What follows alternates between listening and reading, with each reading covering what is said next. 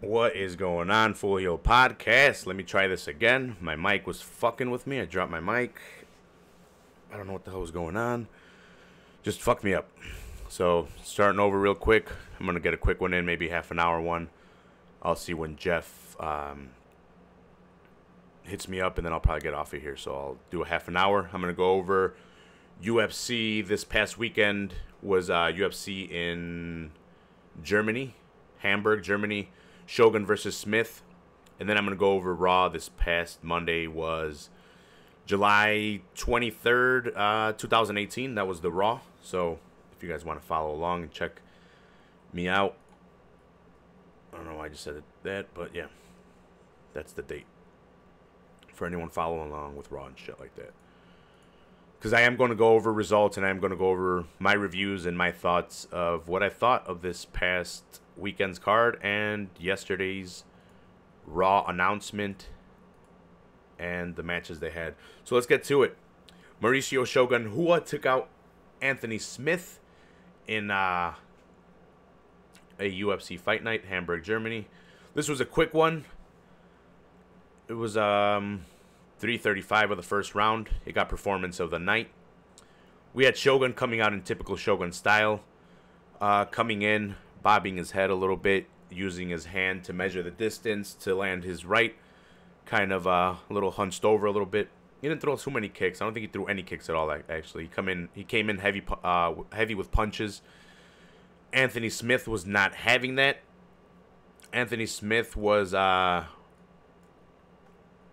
he was landing some good punches,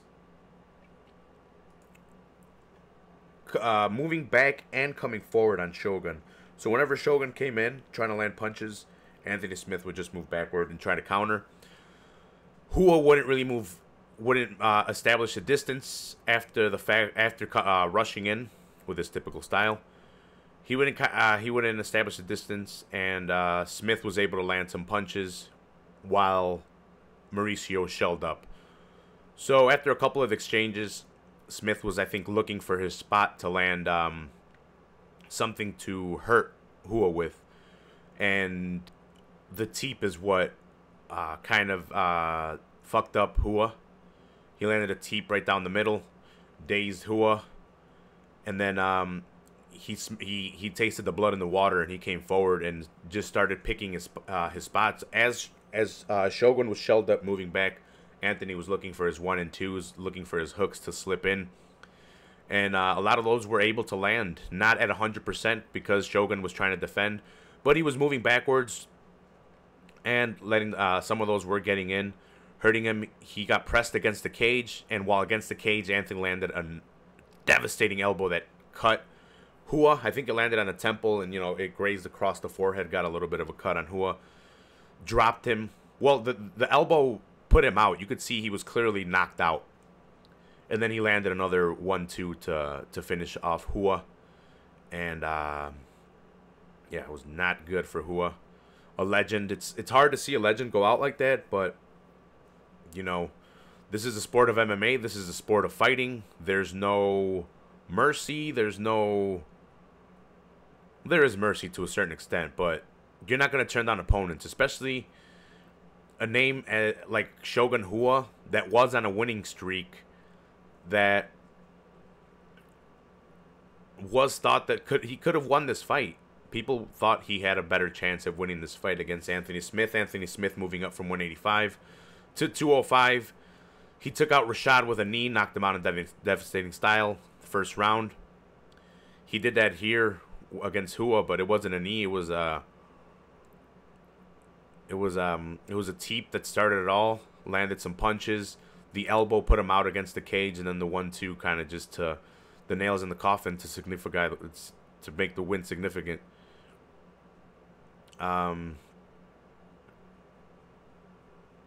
Awesome performance by Anthony Smith. He gets performance of the night. I didn't think he was gonna win. He lost at 185. He moved up to 205. I thought it was a matter of skill, and he's been proving me wrong. He wanted to step in against Alexander Gustafsson at 227 because Gustafsson's opponent pulled out. I think it was Ozdemir pulled out.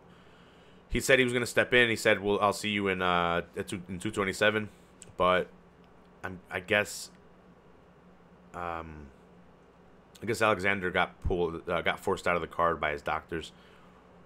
There's a little confusion or controversy on that part. I'll get into it right now, but like I said, Anthony Smith proved me wrong in the skills department. I thought he moved up because he lacked skill. I didn't think it was the weight that was really doing him in, but he looked huge compared to Shogun. Shogun kind of had a little bit of a muffin top. He wasn't looking he wasn't looking too well conditioned, and I think that's what led to him getting dropped. And Anthony Smith takes advantage of a very, very good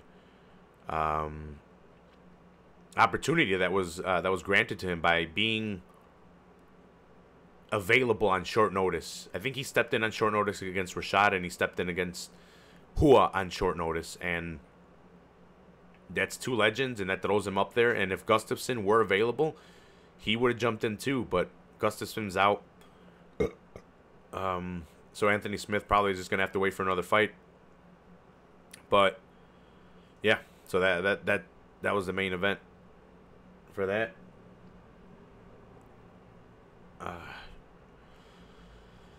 Then we had the co-main event in Teixeira versus Corey Anderson. And Glover Teixeira kind of trying to reestablish himself in the division, and Corey Anderson as well. Corey Anderson kind of having some trouble getting his footing in the light heavyweight division. Ovince St. Preux knocked him out. When was that? 2007, back in November. Jimmy Manuwa put him out as well. So he went on a 2-fight losing streak, and then he went on a 2-fight win streak. So, well, now with Glover, he's on a 2-fight win streak, and he didn't knock out Glover, he didn't submit Glover, but he beat Glover in pretty devastating fashion.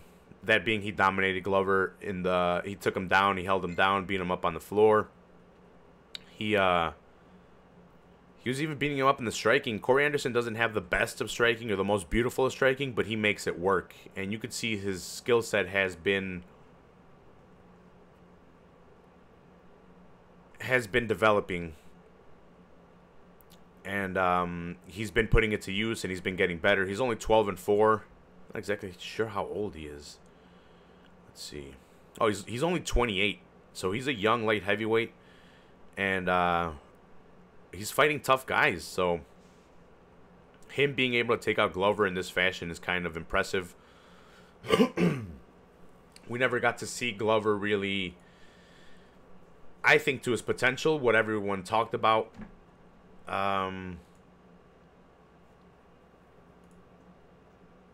He was always talked about being a beast. He just never had his visa issues fixed for the UFC.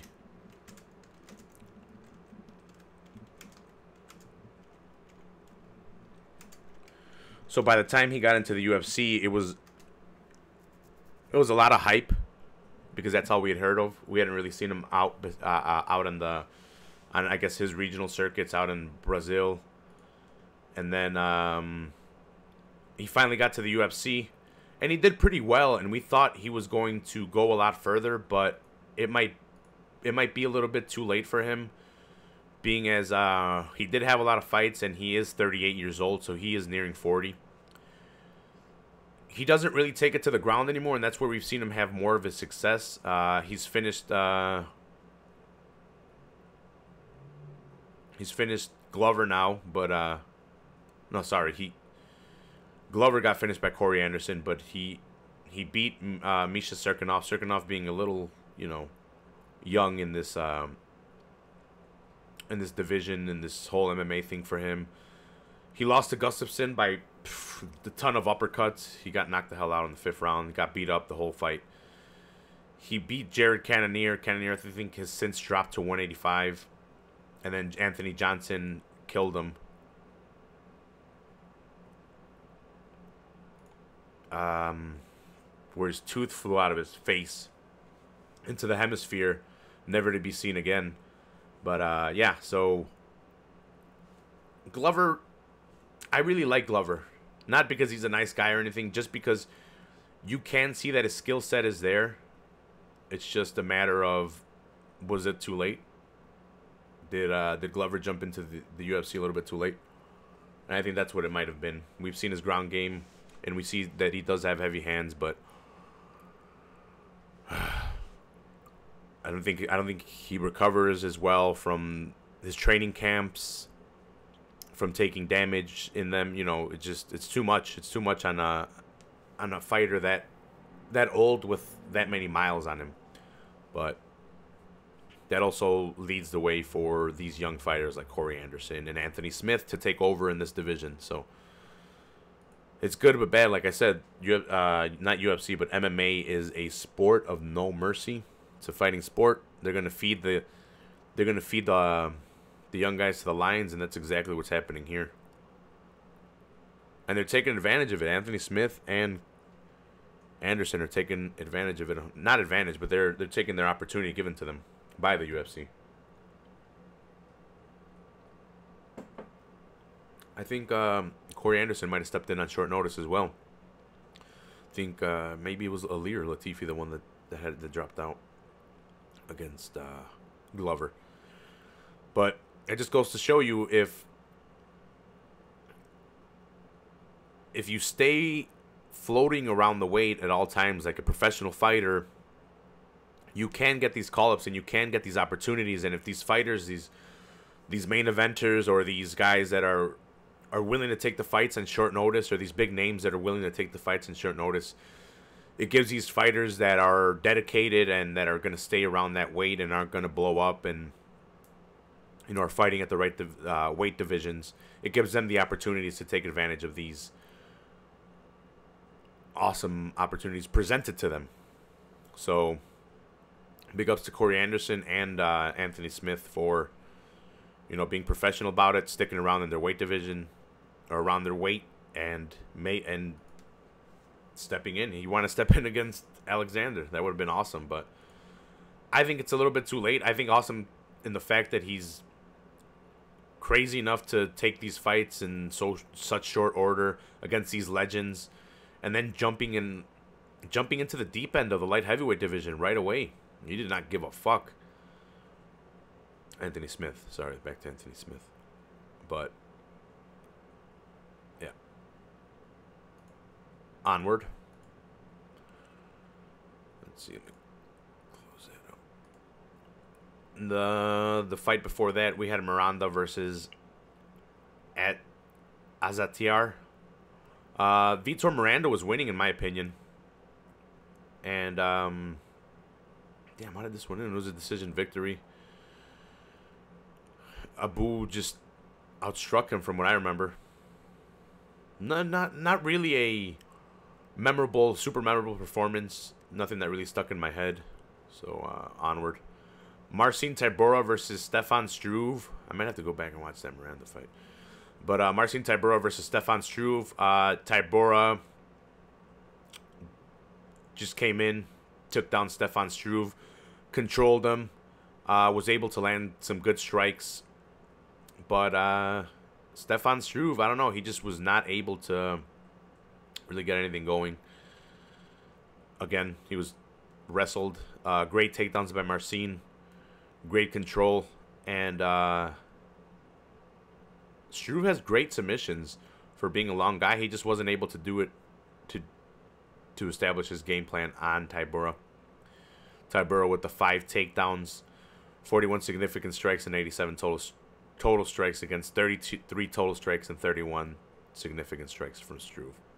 7 minutes and 55 seconds of control time. That was the wrestling from Tybura. Tybura advances in the heavyweight division. Man, I don't know about Struve. Struve's been a streaky fighter. He's had a heart condition. He's on a 3-fight losing streak. Before that, he was on a 2-fight win streak, loss, win, 2-loss fight streak. He's a streaky fighter. I don't know. Everyone just had high hopes for him because of his size. He's the skyscraper for a reason. He's huge. But Tybura's like, fuck that. We're going to the floor. Danny Roberts versus David Zawada. Danny Roberts' opponent fell through. I'm not too aware who Zawada was before this fight, but he put on a very tough fight. I think it was his first fight. Yeah, his first fight in the UFC. I guess he was called up from a smaller venue to fight Danny Hot Sauce Roberts. Or Hot Chocolate? Is it Hot Sauce or Hot Chocolate? I've heard those nicknames. It's Hot Chocolate, okay. His nickname's Hot Chocolate. Hot Chocolate's on a 2-fight win streak. Now beating Zawada. Last fight he won was Oliver in camp. Before that, he lost to Nordine Taleb. So I think this one performance of the night, if I'm not mistaken, it should have. It was a great fight back and forth. Yeah, decision win for Hot Chocolate. It was a close fight. I just think Danny Roberts outworked him and kind of outstruck him a little bit and just inched him out. Roberts gave his props to Zawada, saying how tough he was, especially being on short notice, and that guy's definitely going to get another chance in the UFC. Nasrat Haqparast versus Mark Diakase.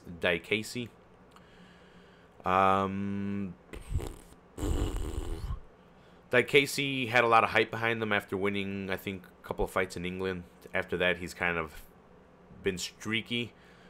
Nasrat looking like Calvin Gastelum's younger brother.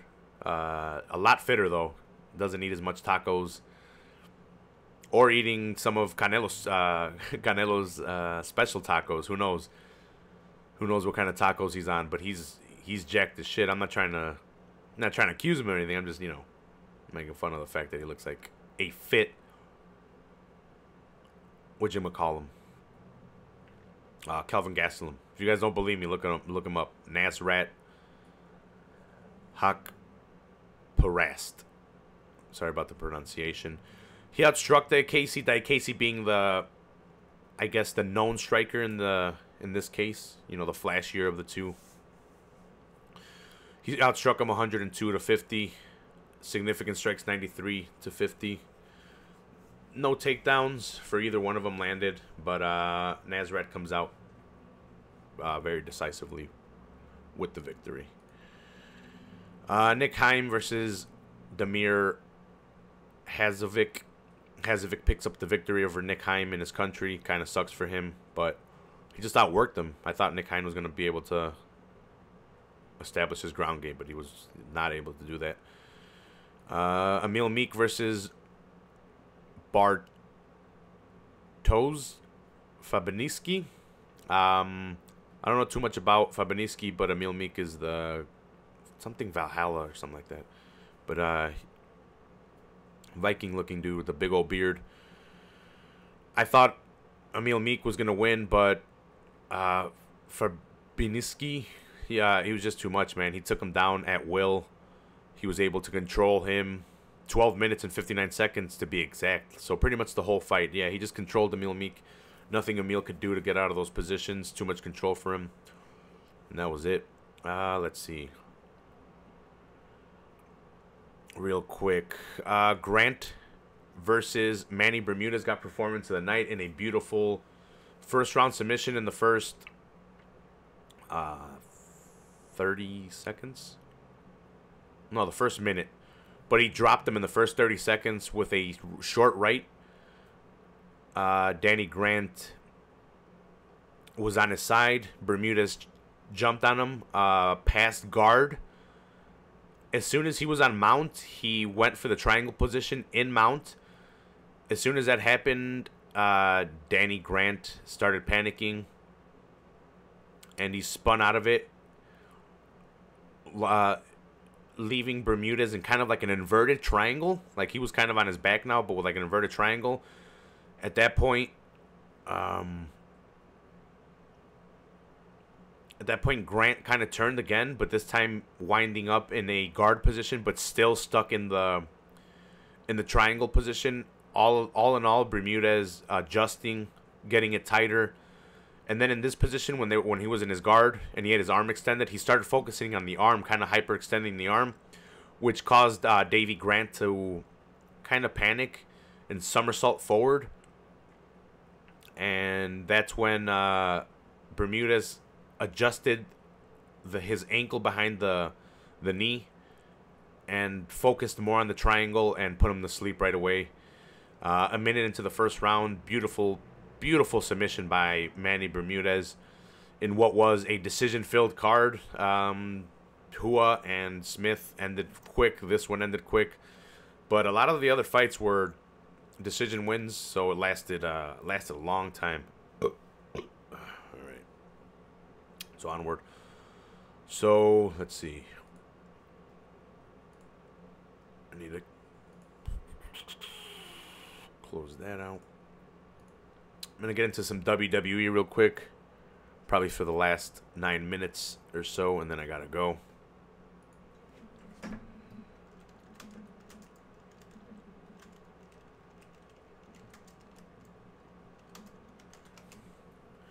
Yeah, so let's get into some WWE. So there wasn't a pay-per-view this past weekend, but Raw was yesterday, and there was going to be some major announcement by Stephanie McMahon. I think they announced it last week on Raw. So they announced the announcement last week. So right away, Raw starts off with all the superstars on the Titantron. Vince is in the ring. Stephanie's being escorted into the ring by Hunter Hearst Helmsley, Triple H. And let's see. Sorry, let me close this out. Just so I can get exactly how the night went down. But yeah, so Stephanie comes out, says, or actually Triple H starts it off first, and he thanks the women for everything they've done, and he says that they've been supporting, well, that the men respect them for all that they've done because they deserve respect, and that the men have had their back since day one because of how great the wrestling has been since the bra and panties days, you know, since all the my favorite Attitude Era, you know, since the Attitude Era. This is the quote-unquote sexist era, I guess, if you want to call it, if you want to put it like that. If you see the bra and panties matches, all the things they would do with women, but, you know, these women were getting paid, I don't know how much money, but they did it willingly. They could have quit. I'm not saying it was right. I'm not saying it was wrong, but, you know, now the wrestling's fantastic, and they don't need those type of things. Not saying that I wouldn't enjoy if they still had bra and panties matches. If the women wanted to have them, you know, it's up to them.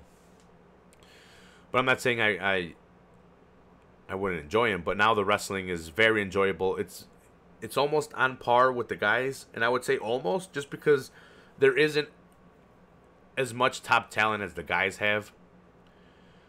The guys have so much they have a lot of talent, and the girls, you can see how green they are just because, you know, it's become more and more accepted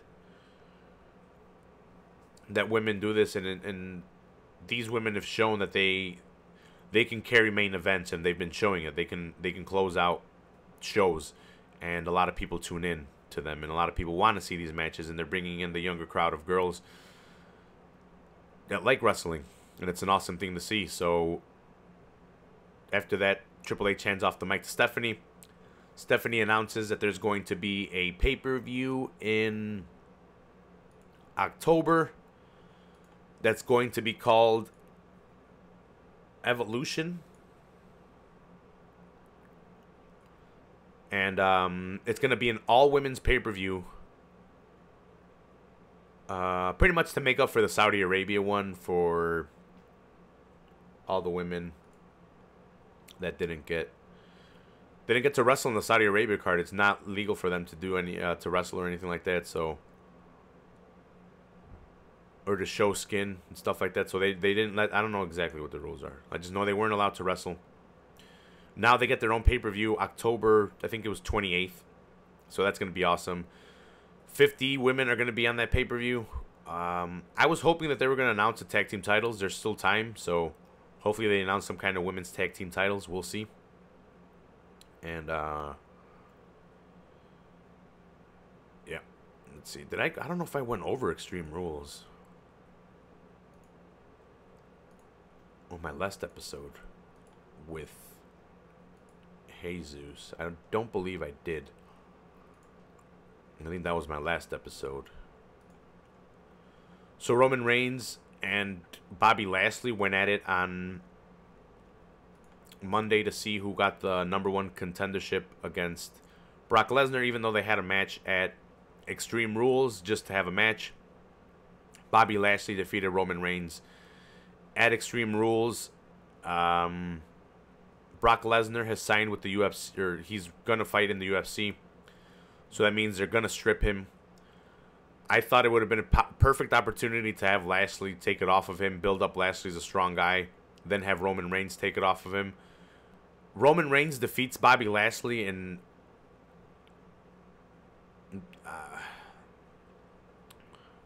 I think it would have been a lot better to have Bobby Lashley fight Brock Lesnar and take it off of Brock Lesnar. We've seen Roman fail multiple times at the highest platforms against Brock Lesnar. We've seen Braun Strowman fail, which we might get a cash in. He is the monster in the bank, depending on how his match goes with Kevin Owens. I don't like where this is going, just because I'm kind of confused as to where they're going to go. If they make Roman Reigns win, and then Braun cashes in, I guess that works. But to not make Brock look bad, and if Brock gets his way in any way, if Brock gets his way and he gets to write his way out of here, out of the WWE to go fight for the UFC,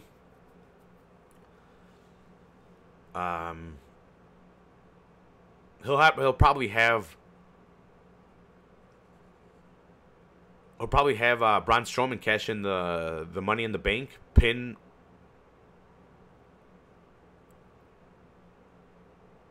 Brock Lesnar so he doesn't take a clean loss to Roman Reigns.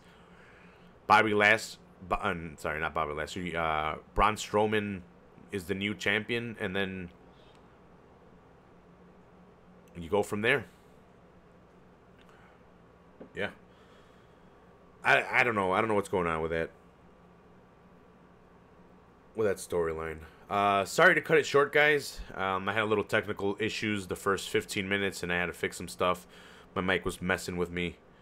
I'll see what's good with SmackDown. I'll probably try to do another episode. Maybe I can get Jesus to come in, or maybe one of my other friends to come in and do another episode before that. But thanks a lot for tuning in. I am your host, Donkeytron. Please like this, subscribe to my page, subscribe to my YouTube channel. Check me out on iTunes, check me out on Podbean, check me out on Stitcher, whatever platform you listen to podcasts on. Check me out on all of those. Or if you want to see my beautiful face, my awesome FHP shirt, my stupid figures that I have all around the room. Maybe I should do a video about that so you guys can check that out. Yeah, thanks a lot. I love you guys. Please subscribe. Leave a 5-star rating and review. Yeah, that's it. Peace out, bitches.